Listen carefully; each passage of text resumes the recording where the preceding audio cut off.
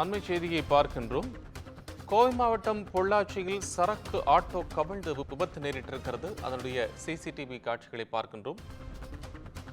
இந்த விபத்தில் படுகாயமடைந்த ஓட்டுநர் மற்றும் அது தொடர்பான விவரங்கள் என்ன? கூடுதல் விவரங்களுடன் செய்தியாளர் மார்ட்டின் ராஜா இணைப்பில். மார்ட்டின் ராஜா, உங்கள் விவரம். கோபால், நாம் பார்க்கக்கூடிய இந்த காட்சிகள் திருப்பூர் மாவட்டம் உடுமலையிலிருந்து பொள்ளாச்சி நோக்கி வரக்கூடிய ஒரு சரக்கு வாகனம் அங்கே இருக்கக்கூடிய ஒரு சாலையிலே நினைத்தடுமாறி விழக்கூடிய காட்சிகள் தான் பதிவாயிருக்கின்றன. இதன் சிசிடிவி காட்சிகள் தான் நம்மளுக்கு கிடைத்திருக்கின்றன.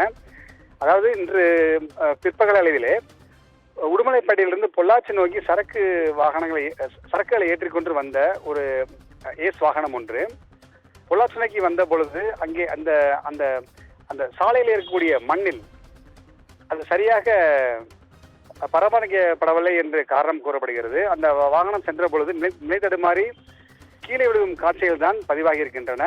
இதிலே இந்த சரக்கு வாகனமானது மிகவும் கடுமையாக கீழே விழுந்த காட்சிகள் தான் பார்த்து கொண்டிருக்கிறோம்.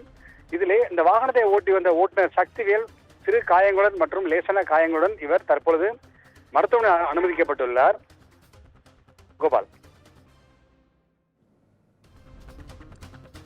நன்றி மார்ட்டின் ராஜா, உங்கள் விவரங்களுக்கு.